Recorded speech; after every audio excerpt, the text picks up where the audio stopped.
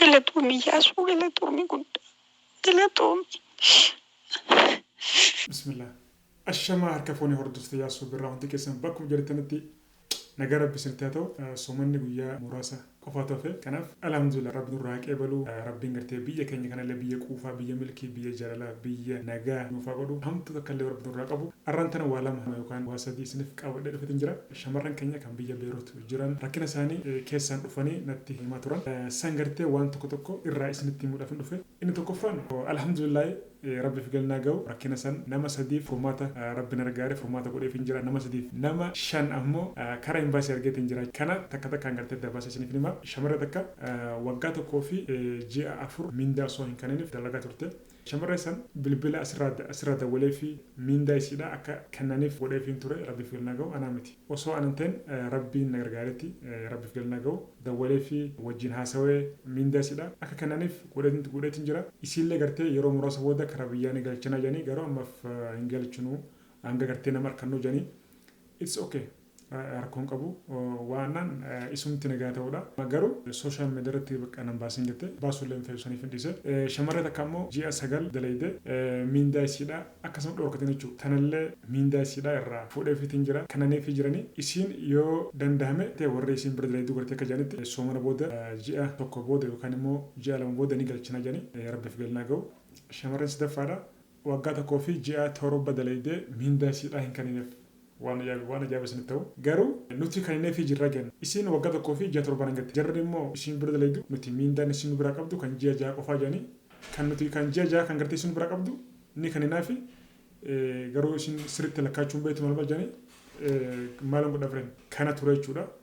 Waa'ee galumsa irratti immoo galumsa ammaaf maatiin ni dhukkubaa maal jedhanii garuu ni galchina miidhaan isirra gahulleen hin jiru miindaa isidha kana booda seeraan ni kaninaaf jedhanii kana ture jechuudha. Shamarreen nama 3 shamarran nama 5 karaa imbaasii Itoophiyaatti ergeen ture daayirektii imbaasii Itoophiyaa haala mijeessee fi tooftaa adda addaatti hime karaa imbaasii Itoophiyaatti ergeen ture jechuudha. Shamarran 5 keessaa nama 4tu imbaasii Itoophiyaa deemee rakkina isaanii takka lamatti itti himatee jira jechuudha. Imbaasiin rakkina keessan furmaata isiniif goona jetteen maaliif nam tokko rakkina fi tokko gartee rakkina qabaatee rakkina yoo himachuun beekne innumti mataa isaa rakkisa rakkina jechuudha. Innumti mataa isaa rakkisa rakkina ati rakkina qabaattee abbaa dhimmaa taatee dhimma kee kana gartee yoo gartee seeraan yoo himachuun beekne haalatti himate yoo hin beekne kunu dongora guddaadha. Namni tokko namni miidhaminsa isaa san seeraan adabaan jechuudha. Seeraan jedhamu adabaan nama tokko wajjin taa'ee adabaan yoo himate yoo turellee furmaanni isaanii dhufu yoo ammoo gartee bakka takka osoo rakkinni jiru osoo gartee ati abbaa dhimmaa taatee osoo gartee miidhamtee jirtu yoo himachuun beekne yoo bakka san dheexxeetuma gartee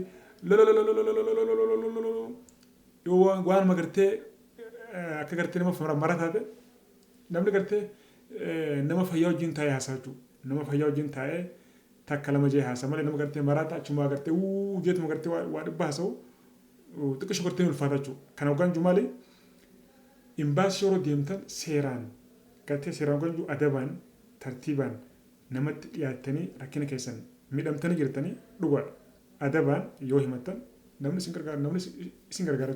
Kanaaf isin rangaabsa nama 4 imbaasiin maal jetteen maallaqa keessan cabxu gadaboo osoo hin fudhannee hin baatanii maallaqa keessan isiniif fuudhaa jetteen jechuudha. Irraa fuudhaaf jirti imbaasiin namoota sana jechuudha. Irraa fuudhaaf jirti nama garii ammoo maaliif wanni hundi ragaadhaaf eessaa jechuudha. Fakkeenyaaf bakka dalaydan sanii atleast gartee ji'a waggaa tokkoon dalageettee yoo himattu xiqqishollaatu gartee ragaa si feesaa jechuudha. Yoo danda'ame bakka dalaydan san gartee rikoordii godha maallaqa jenaa kan ni jettaan namicha ni gaafata jechuudha. Nama badeetu hin kannu maallaqa bira qabda yookaan immoo maallaqa gartee amma qabuuti siif hin kanne rikoordii goote kunuu gartee ragaadha jechuudha. Maaliif deemtee sagalee kana fuutee rikoordii goote jettame fuutee imbaasii dhageessifta imbaasii ragaadha jechuudha. Imbaasiin poolisii qabee imbaasii waniin achi taa'uuf maaliif hojiif ta'a jechuudha. Siif ta'a achi ta'a malee waan biraatiif miti. Mataa kee gartee gargaaruuf lammii isaa gargaaruuf achi ta'a. Ragaallee kan waan isin jee kanatti raga gartee waan takka gartee viidiyoo rikoordii godha qopheessaa imbaasii keessa garuu obsaa hin jirjirnaadha. Kana isin jechuun namni afuran sagalee isin dhageessa garuu hin feesisu. Kana gartee waniin asirratti gubbaa bahee haaseef ani gartee kana aangoon jechuudha rabbiin gargaaree gartee wajjin haasee kan hunda gartee furmaata goone jiraachuu. Kanaaf obsaadha bakka dalaydan obsaadha. Abshir wanni hundi dabraachuu waan hammaate hunda booda rakkina hammaate hunda booda tola gaarii duubaan dhufa. Kanaafuu yaadinaadha inni sirraachuu wanni hundinuu tola rabbiin bakka jirtanitti ijoollee keenya shamarran keenya bakka jirtanitti nagaa rabbi isinitti haa ta'u. Akkasuma yeroon tunis yeroon ammaa jirru kunis soomana ramadaana gartee shamarran keenya kan biyya arabaa jiran hojiin baay'eetti hammaata rabbi isiniif salaafisu obsaadha abshir isinin jaa shamarran yeroo isaan rakkatan hin danda'u jechuudha shamarranii fi daa'imman akkasuma manguddoo keessa kiyya osoo gartee danda'e baay'ee jireenya kiyya gartee jara sadeen kan shamarranii fi ijoollee manguddoo gargaaruun fudhachuu jireenya kiyya keessatti baay'ee natti tola. Kanaaf malee waan biraatiif miti akkasuma biyya keenyatti illee gartee nagaa uumee gammachuu uumee qananii uumee nama gartee biyya keenyatti rabbi isin adachaasu abshir yaadinaadha. Inni biraa kana dura shamarreen namni lama achumarraa beeyiruutumarraa ifin ajjeesaa naan jedhan ifin ajjeesaa if ajjeessu jechuun waan salphaadhaa miti lubbuun tuni lubbuu tana gartee rabbiin uume ati gartee of keessaa baasuun waan salphaadhaa miti kun waan ta'uu hin taane jechuudha. Maallaqa hanga feetillee rakkina hammaate waan fedhe hundaa'u rakkina hammaate hundaa'u booda rakkina hammaate hunda booda tola gaarii jira. Namni immoo gartee namni osoo hin rakkanne bal'ootti hin bahu. Kana gartee never wanni gartee salphatti gartee harkatan uuman jira jechuudha. Namni gartee arraan tan addunyaa tan hundarra fiigee addunyaa tan gartee kontool godhee qabee jiru hundinuu rakkina hamaa keessa dabreetti as ka'e. Rakkina hammaate jettanii lubbuu teessan if galaafachuun waan hin taane jechuudha. Maallaqa hattanii obsaadha kan wartee waan akkana sammuu keessa haqaa. Maallaqa siif fide malee maallaqni siif fide jechuudha. Maallaqa dhabeettee yookaan immoo rakkina hamaa keessa jirtee lubbuu ta'ee olaakte rabbiin sin gaafata. Waan akkana tasuma gartee sammuu ta'e keessa baastanii namni gartee waan akkana yaadu baastanii darba qabdan jechuudha.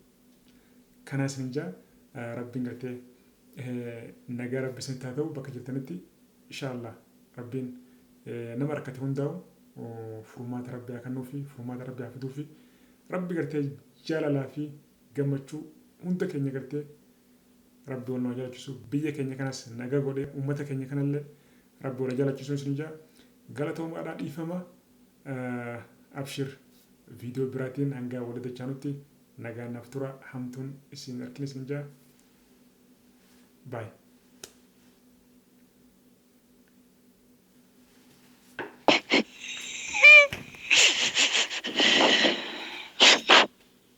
Galatoomii yaasuu galatoomii guddaa galatoomii.